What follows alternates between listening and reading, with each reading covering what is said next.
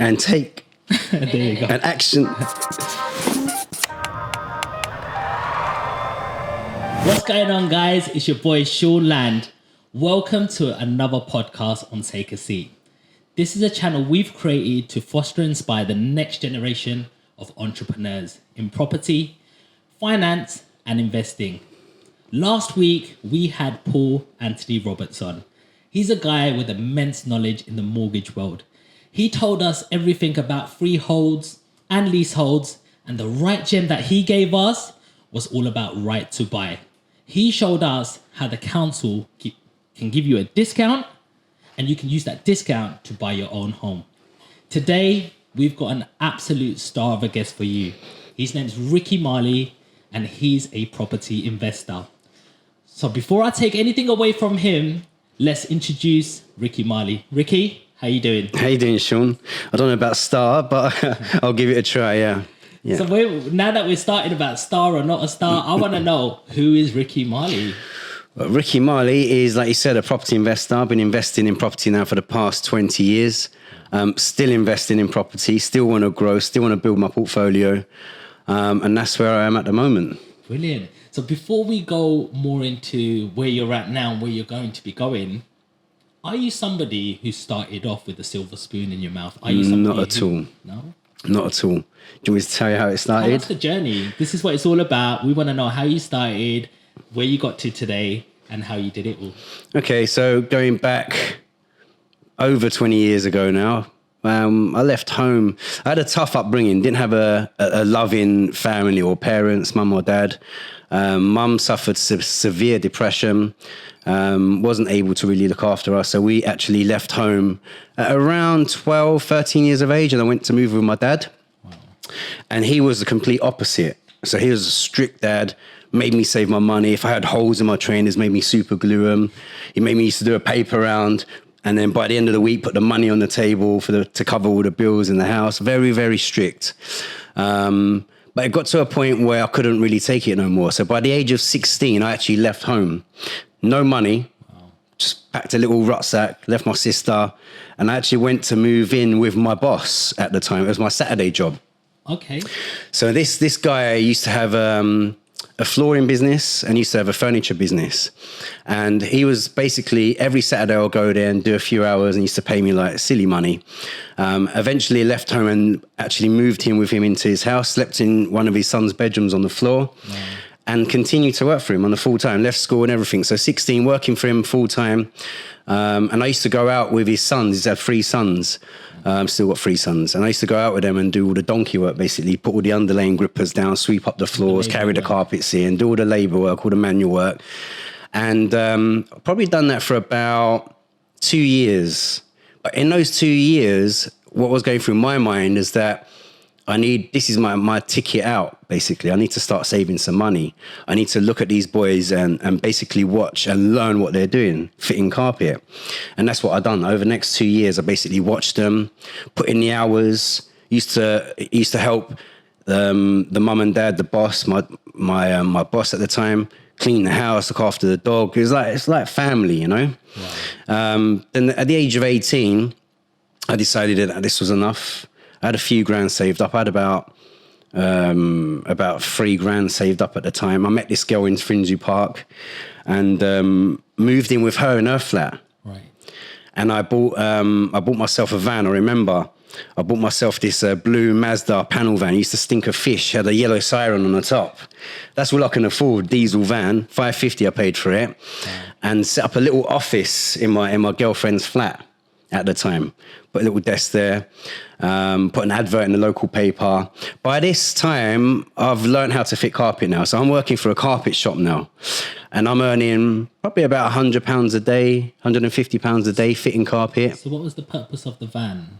So the purpose of the van was to obviously put all the carpets in. I need the van to go out and fit the carpets for this shop. It was like a contractor for the shop. Wasn't employed by them. Okay. They basically say, just come in, we'll give you some work and you go and do some work. Whenever they had a job, you'd call you up to say, but because I was a good fitter, they used to give me work every day.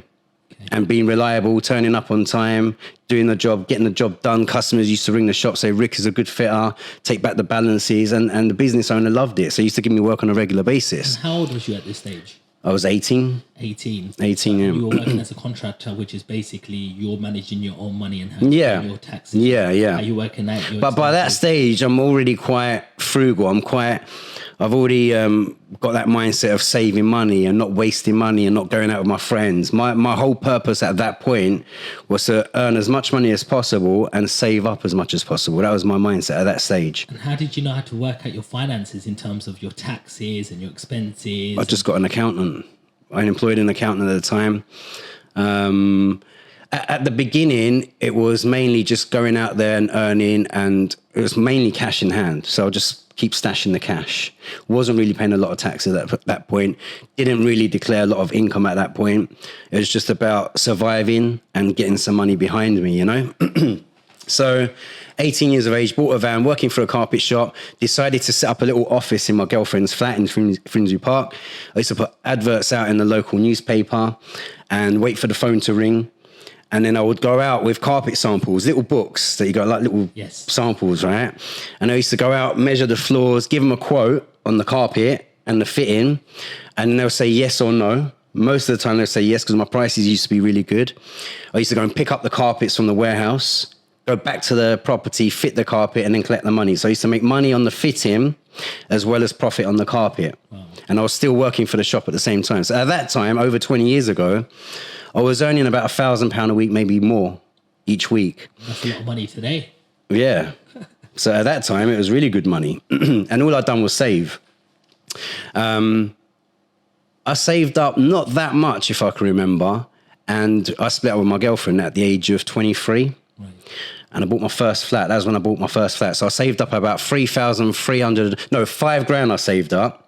Bought my first flat at the age of 23, and I put down 5% deposit, £3,350. That was my first property that I ever bought, because I needed somewhere to live. I was splitting up with my girlfriend, renting a place didn't cross my mind.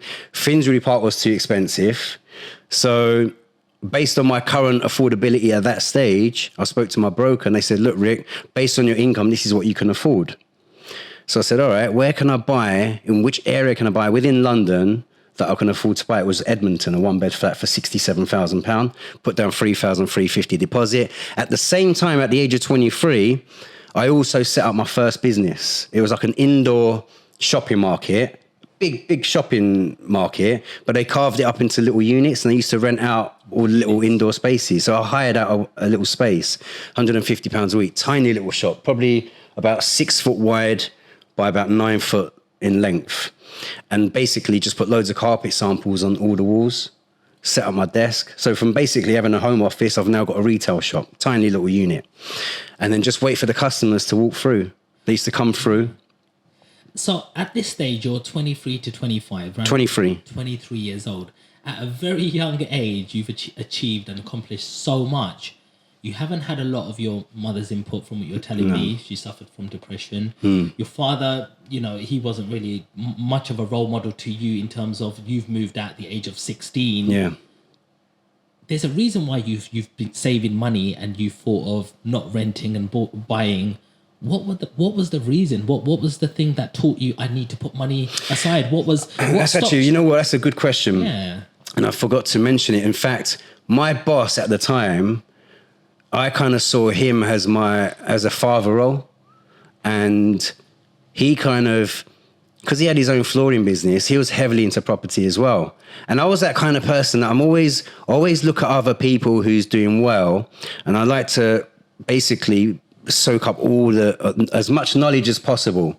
I used to be very inquisitive. I used to ask him what he was buying, how he's adding value to the house. I used to look at the carpets he used to sell, what he was buying it in for, how much profit it was making.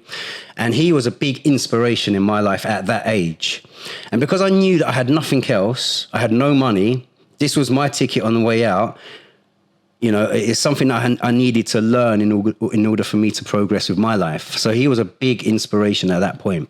Definitely, because a lot of people think I'm going to go on a benefit system. They can help me out. Yeah. What stopped them sort of thoughts going into your mind? I was quite an ambitious person. I don't know. I just had this even now. Like I'm still ambitious. I still got that drive. Yes. you know? So at that point, I was hungry. I was really hungry. And it didn't matter how much money I was making. I was still always hungry. So he was definitely the biggest inspiration in my life. And leaving him at the age of 18 was quite tough, because now I'm back out on my own again. Yes. I haven't got that support. I haven't got that roof over my head. It's now down to me. But I was at that age now, I was ready to make that move. And that's what happened. I bought my first flat at 23, set up my first retail shop. And I always had at the back of my mind that I wasn't scared of failure, because I knew if that shop didn't work out for whatever reason, I can always get my fitting tools back out and go back out on the road and start fitting carpet again and earn my £150 a day. That was enough. That would be enough for me to get by. So I always had that at the back of my mind. The only commitment that I was scared about at the time was buying my first flat and having a mortgage for 25 years and paying £400 a month mortgage for that property. That was my only financial commitment that I was worried about, you know? Yeah, it can look quite daunting when you're making that first move. Yeah. But once you do cross it, you actually realise, That's right. I own something here, because we always need a roof over our head, and you just make that choice: am I going to rent or buy? Yeah. And obviously we made decisions to buy. Yeah. I think what I'm getting from here is mentorship is very important. Mentorship and having someone to guide you is important. That guidance is so important. That reassurance, that one phone call that you need to make just to get, even if you know, even to now, 20 years on, after building the portfolio that I've built, if I'm looking at a property, I'll still ring this particular guy that I'll talk about later, another guy that I met in my life. I'll still give him a call and say, look, I found this property. What do you think? I know, but just having that reassurance and guidance gives you that support and confidence, you know? Absolutely. I've got my guy behind me as well. It's my father. Yeah. He's always been my go-to person. Yeah. And it's just few words of everything's going to be fine. Yeah. This is the worst case scenario, is you sell it. Yeah. It's just as simple as that to make that step. Yeah. And that's all you need. So if you guys are thinking out there, how do I go about in life? Look around you, open your eyes. There's always somebody with a little bit more experience, and, have a little chat. Look at what they're doing right. And as Ricky said, is be a sponge. Absorb everything that they're doing, all the right things, take all of that away, just copy it. Simple as that. That's exactly what I've done. So we've got to the stage of where you're 23 now, you got your property. What now? What's happening? What's your thought processes? What's your ambition? What goals have you had? And where did we go from there? My thought process at that stage was solely the business. Build this business up. Because don't forget, I've set up a business with very zero capital, like literally carpet samples on the wall, desk and the computer, that's all. So my now focus is building this business up. How am I going to get this business built up? How am I going to start making an income from this business? Back then, we didn't have, I don't recall doing podcasts, Instagram, TikTok, social media. Even Rightmove wasn't out at that point, right? So what do? You make good of the resources that you've got available at the time. And for me, was being good with people, good with customers. Customer would come in, give them the best service as possible. I knew my surrounding area, I knew my competition, I knew their prices, I knew how they were working, I knew how their setup was, and basically used that to my advantage. My shop used to be clean, pristine, nothing was out of place. I made sure I pick up the phone call all the time. Took pride. So it took a lot of time and momentum to build the business up. There were times that I'll open up the shop, and then by the time I close the shop, not make £1, but next day do the same thing again. There might be 3 or 4 days in a row where I didn't make £1, but by the end of the week, you make your £1,500, £2,000 a week in profit. It took time to build up. I think the mindset is, when have you ever done anything short term? It's always for the long term. You got to think about tomorrow, not just today. Yeah. I think it's easier as well when you're starting from nothing and you haven't got nothing, that your hard work and drive and determination is what's going to get you there. Do you know what I mean? So set up my business at 23. Yes. Bought my first flat. Yes. Now I'm focusing on building a business. One-man band, by the way. I'm the fitter and the business owner now. So I took on this person to work for me, and he used to sit in the shop, take the orders, and then I used to go out and fit it. When the business started growing and building up is when I started employing more fitters. When I started employing more carpet fitters, this is when the business really started to grow, because you've now opened up your capacity.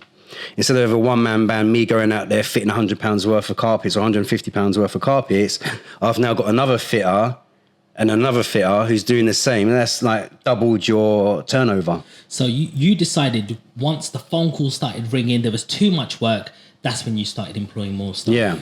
You didn't think my business could do this and I'm employing 5 staff straight away. No, I didn't do that. So you're not blowing labor. You're looking at it in a proper wise decision that you're growing organically. I took a decision to sit in the shop myself and employ other fitters to do the work for me. So I basically came off the tools.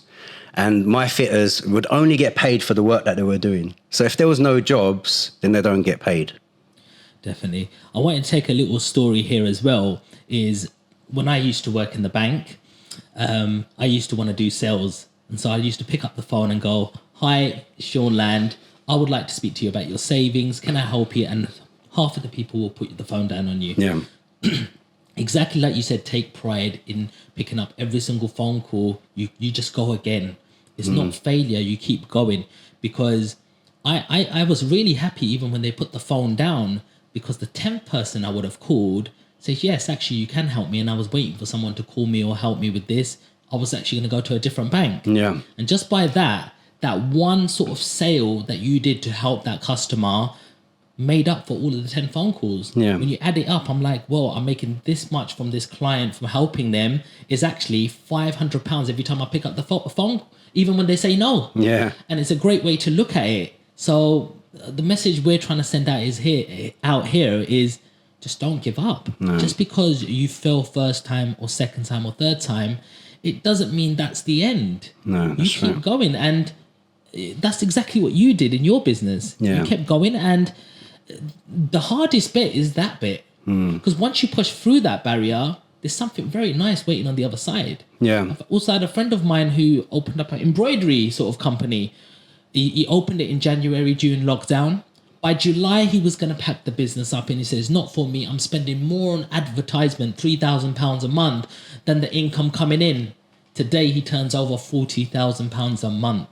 Just Wow. going through that 6-month barrier on the other side. Yeah. So that just shows you failure is not the end. No. And don't give up. Just keep on going. And results like yourself, Ricky, can come about. Yeah. So, Ricky, what keeps you motivated? Truth is the money, man. I love the money. Even back then, I'm not gonna lie. Honest. I'm not gonna lie. Like, it's the money. Money was my driver for me.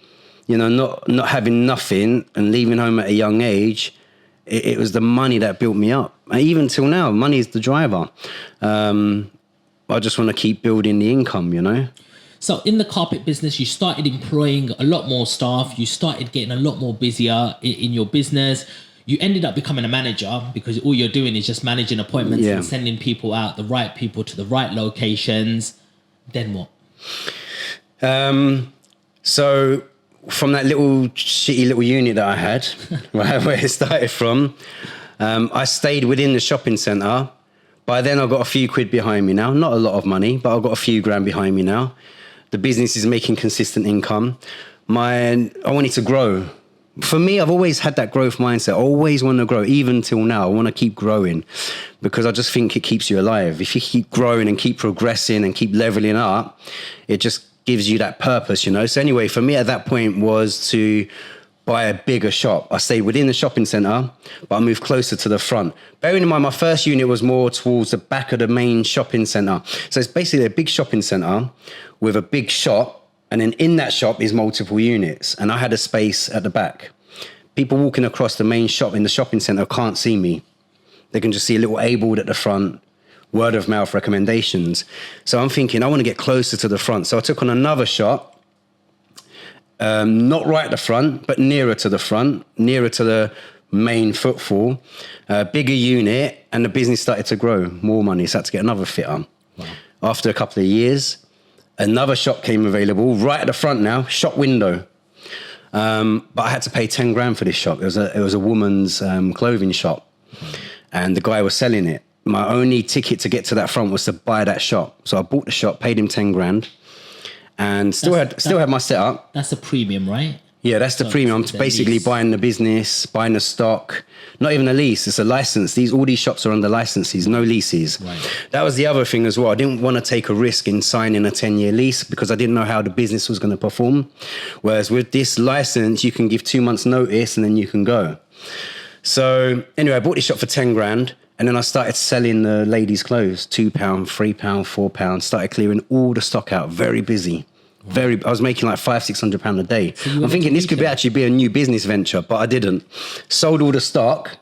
And then from my existing shop that I already had, I transferred all the carpet samples to the front. So I had a bigger unit right at the shop window now. All the people can see me going past the shopping centre. My business started to grow even more. Then, and while I'm doing this, I'm still buying properties. I'm investing in properties on the side, not as my main focus. So by then, I was probably about 25 years old, and I bought my third property by then. Wow. So I was saving up deposits, bought my second property, saved up another deposit, bought my third property. And by then, I've rebuilt my relationship back up with my dad. I'm 25 years old. And I remember I ring up my dad, I say, Dad, look, I found this house in Enfield. It's 250 grand. I want to buy it. He says, son, what are you doing buying a 250,000 pound house? You're crazy. Don't buy it. Don't buy it. So anyway, I didn't listen to him. I bought the house anyway, set up this new shop at the front. It's doing really, really well. And then from there, I bought a pub. I took over a pub, massive pub, and I turned it into a carpet shop. Wow. And now I've got roll stock in there. And that was the game changer for me. Not having samples on the wall, but being like a carpet right. Exactly like a carpet right. Wow. The same setup as a carpet right. This business now is making 15 grand a week turnover. I've got 5 fitters out on the road. I've got 3 shop staff now. And now at this point, I'm feeling confident. I've signed a 10-year lease now. And now I'm feeling confident that the business has become established. People know who I am. I've built up a name and a brand. I'm getting my foot into all the letting agents in the local area. All the estate agents know me. Other carpet shops are fearful of me because of my pricing structure and how busy I am. And that's how it kind of exploded from there. And it just basically stayed like that for the next 10 years until I was about 35, I would say. It stayed like that. Wow. But I'm still buying properties at this stage though as well. So as a side hustle, you're putting that passive income into assets to start giving you. And this is only because of my boss. Because he used to do the same thing. He used to buy properties. I remember what he was buying these properties for. I know how much these properties are going up by in value. And you start thinking, wow, I can do this, man. Put my money into property, buy a house for 100 grand. Within 3 years, it's going to be worth 120, 130, 150. And how was you finding these properties? So I was basically, my first flat was bought through the back of a newspaper, 67 grand. I was the lowest offer. I still got the property, but I was in a strong position. So they accepted my offer. Second property, back of a newspaper. I'm looking at the back of the newspaper. I see this house, rundown house. I know it's worth 250. And it's saying 185. Well, I've got to ring this agent up. Now, I forgot to mention, I actually met this guy through my flooring business. His name was Sood. By then, he was probably my age, what I am now, 44. He's already got about 25 houses. Wow. I fitted his carpets, and we just clicked. Our personalities just clicked. He used to give me all of his jobs. He used to buy a house every week, practically. I latched onto him. He was my new role model and inspiration in the property world. New mentor. Yeah. Guys, look, it's been absolute pleasure having Ricky Marley on the show. Ricky, can you please just shout out some of your handles, how people can follow you on your journey, all of your platforms? Yeah, sure. And how people contact you if they want to. So I'm on Instagram, Streets Ahead Property. I'm on TikTok, Streets Ahead Property. That's the 2 main platforms, I think. Yeah. So you can reach me out on them. Brilliant, guys. Well, thank you for joining us again. You can catch us on seanland_1 on Instagram.